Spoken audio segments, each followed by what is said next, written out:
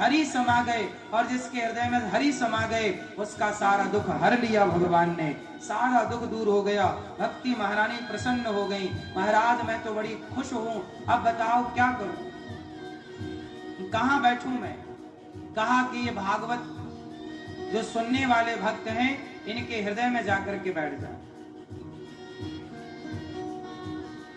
कहां बैठ जाए? इनके हृदय में। जो भागवत सुनता है उसके हृदय में कौन रहता है? भगवान। हरिश्चित्तम समाश्रयेत, हरि चित्त में समा जाएं, यही भागवत का फल है कि भगवान हृदय में समा गए।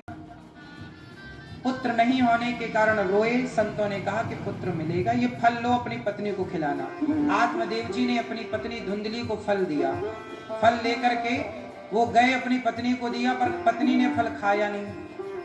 पत्नी ने गाय को फल खिला दिया, तो गाय को एक बच्चा हुआ, नाम रखा गौकर्ण। और धुंधली की बहन को एक बेटा हुआ, बेटे को पैसे से खरीद लिया, क्या नाम रखा? धुंधकारी।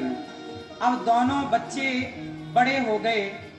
गौकर्ण पंडितो ज्ञानी धुंधकारी महाखला, गौकर्ण जी बड़े विद्वान हो गए, और धुंधकारी कैसा हुआ? महान दुष्ट, दुष्ट हो गया। संत मिल गए, संत ने कहा, ब्राह्मण रो रहे थे, कथम रोदसी विप्रत्वं काते चिंतावलीयसी वदत्वं सत्वरं मह्यं स्वस्य दुःखस्य कारणम्। कथम रोदसी, हे ब्राह्मण क्यों रो रहे हो? कथम रोदसी विप्रत्वं काते चिंतावलीयसी, क्यों रो रहे हो? तब कहा ब्राह्मण ने कि महाराज हम इसलिए रो रहे हैं क्योंकि हमारे बेटा नहीं है।